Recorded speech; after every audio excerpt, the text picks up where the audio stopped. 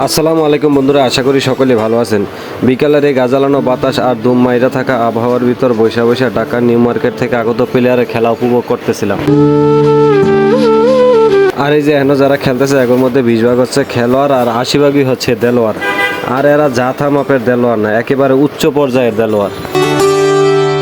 এর কারণ হলো এরা বেকার, কিন্তু সব সময় ব্যস্ত থাকে। আর ভালো না লাগলে এই গরমের ভিতরে কম্বল মুড়া দিয়ে দেয়া শুয়ে শুয়ে ফোন টিপে, তারপর হ্যাঁ করে ফোন দিয়া মারে আনতে খেলার লেগে। এখন বুঝান হেরা কোল মাপের দেলোয়ার।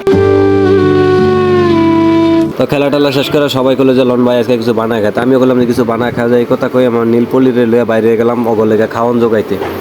তো রাস্তার ভিতরে আইলাম, আমি চিন্তা করলাম যে ভুল করে কেউ উড়ানে পড়লাম নাকি কুড়া মুড়া রোদ দেওয়া। পরে দেখলাম যে না, আমরা ঠিকই আছি। আর হ্যাঁ, আমগো রাস্তার ভিতরে আয় বসে কুড়া রোদ দিতে। মোটামুটি 5 থেকে 6 মিনিটের ভিতরে আমরা পড়লাম সেই বিখ্যাত আব্বাস মামার দোকানে। তো আমি ভিডিও করতেছিলাম, আর এই যে হুন্ডাওয়ালা ভাইরা আমার বলতেছে, ভাই আপনি কি আমার ভিডিও করতেছেন? তাই বললাম না ভাই, আপনার ভিডিও করবো কি? আপনি কি কোনো নায়ক বা সেলিব্রিটি নাকি? তারপর আমি কোনো মতে হালকা পাতলা খাওয়ার নিয়ে আর সাথে আমার নীলপুরে নিয়ে ব্যাক করলাম অনাহারিকে লেগে। না জানি গিয়ে দেয় আর ইট বালু খাওয়া শুরু করছে খিদার ঠেলায়। এরপর বাড়িতে লাগিয়ে গেলাম টোকাটুকির কাজে। বাগান থেকে তাজা ধন্যবাতা ছিলাম 6 থেকে 7টা। তারপর ইফতারুল্লে দিলাম গাছ থেকে তাজা লেবু পড়ার লেগে। আর সাইডে ছিল মরিচ গাছ, আর এই সুযোগে করা মরিচও ছিঁড়া নিলাম। আর এই মরিচের হচ্ছে গিয়া হেডা বড়া বিষ, মানে প্রচুর জাল।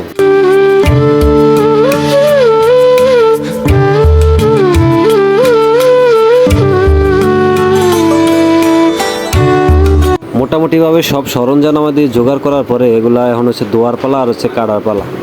তো আজকে কাটার দায়িত্বটা পড়ছে ফাঁকিবাজ ইফতারুলের রাতে। ওই যদিও একটু ফাঁকিবাজি করে, ওই জীবনে গড়ি পড়ে না। যেহেতু আজকে ভিডিও করবো আর হাতরা দেখা যাবো কাটাকাটি করার ভিতরে, এর লাগে কী করছে, শখ করে একটা গড়ি পরে আইছি। এই গড়িটা লয়ে ওরে অনেকক্ষণ চেতাইছি আমরা সবাই। তো আলহামদুলিল্লাহ ইফতারুল এক এক করে কাটতেছে। যদিও আমরা ফাঁকিবাজ করি, কিন্তু আর কাজের স্পিড আছে দেখা যায়। তো প্রথমে সুন্দর করে পেঁয়াজগুলো সব কুচি কুচি করে কাটতে নিল। এরপরে হচ্ছে কাটতে আছে টমেটোটা। যদিও প্রথমে একটু ভুল কাটতেছিল, পরে আমি দেখাই দিলাম যে এটা এমনি না, এমনি কাটতে জিনিসটা সুন্দর হইব।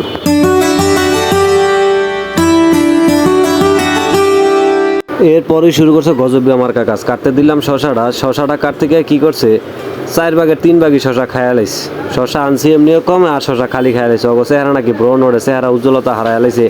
এলাকা শশা খাইলে নাকি অগো চেহারা উজ্জ্বলতা ফিরে আইব। তো আমি বললাম তোরা জায়েদ খানের লাখ সাবান ব্যবহার করতে পারো, সেটার লেগে শশা খাইস না তাও। এরপরে কাটা শুরু করলাম আমগো বাগানের তাজা ধনিয়া পাতাগুলো। এগুলো আমগো গ্রামে হচ্ছে বিলাতি ধনিয়া কয়। আর কাগো গ্রামে কী করে একটু কমেন্টে জানায় যান। কাটার সাথে সাথে এত সুন্দর গ্রান বাড়িলো যা বলার বাইরে। আর এরপরে কাটা শুরু করলো হেডা ভরা বীজ, যে মরিচটি আছে এটি। তো এটি ওরা মোটামুটি অনেকটাই দিতেছিল, আমি না করলাম যে এটি সব দিস না। পরে দেওয়া শুরু করলো হচ্ছে লেবুর চিকলা। তো লেবুর চিকলাও বেশি দেওয়া যাবে না, বেশি দিলে হচ্ছে গিয়া তিতা লাগবো। এলাকা আমি অল্প কিছু লেবুর চোকলা দিতে বললাম, বেশি দিতে না করছি। লেবুর ছিকলা দেওয়ার পরে বাদ বাকি যে লেবুগুলো ছিল এগুলার চিপ্পা আমি দিয়ে দিতে বললাম মুড়ির ভিতরে, যাতে স্বাদটা একটু বেশি হয়। আর এইদিকে আমাকে রাকিব আমার কাছে দিয়ে দিলাম হচ্ছে মশলাগুলো মাখানো লেগে। বললাম যেগুলো চিপে ভালো করে তুমি মিলাইতে থাকো এই মশলাগুলা।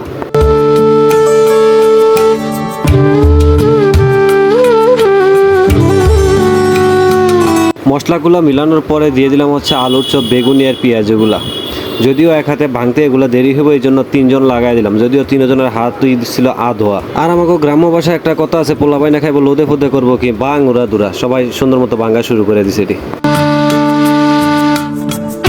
সবকিছু ভাঙার পরে যদিও আমাকে তৌফিকে নাই ঘরের বাজার বিড়ি থেকে সরিষার তেল আনা, তাই লেগে আমরা কাউসুর মামার দোকান থেকে সরিষার তেল এনে দেওয়া শুরু করলাম। তারপরে যে পাশের লোকগুলো দেখতেছেন এক দিছে মুড়ির লবণ চাওয়ার লেগে। আর খায়া আও কইতে পারে না, ও কইতে পারে না। আর এই যে কাল্লার বান্দা দেখতেছেন, এর লেগে আমাকে মুড়ি খাওয়া 1.5 ঘন্টা পিছিয়েছে। বাজার থেকে মুড়ি আইতেছে 1.5 ঘন্টা পার করছে।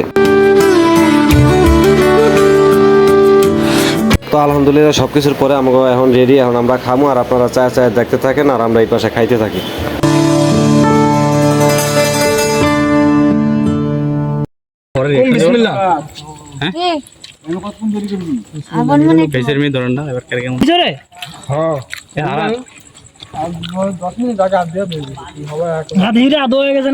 আপনি দুজন নেই। আফজালের অনুভূতি কি ফিলিংস কি অনুভূতি নাই মানে রোজার মাসের লাল লাগে মাশাআল্লাহ রাকিবেরটা কি রকম হয়েছে আলহামদুলিল্লাহ ঠিক আছে ঠিক আছে মাহফুজ কি অবস্থা মুড়ি আলহামদুলিল্লাহ ঠিক আছে জাম্বু সেই সাত সম্রাটের কি ফিলিংস কি 100 শিবনেরটা কি অবস্থা ফিলিং মোহ কয়টা কমে আশা বলের এমন মুড়ি আমি জীবনও খাই নাই আই রে অপমান রে এ রাবির কি অবস্থা সুমন কি অবস্থা মুড়ি কি রকম হয়েছে মধুর রসমালাই আব্দুল এক কথা সাধারণ এটা কি পুরো 100 তো আলহামদুলিল্লাহ আমাকে মুড়ি বানায় খাওয়াটা কার কাছে কেমন লাগলো অবশ্যই কমেন্টে বইলা যাবেন আর আজকের মতো এখানে বিদায় নিচ্ছি দেখা হবে অন্য কোনো ভিডিওতে আল্লাহ হাফেজ সবাই ভালো থাকুন সুস্থ থাকুন আসসালামু আলাইকুম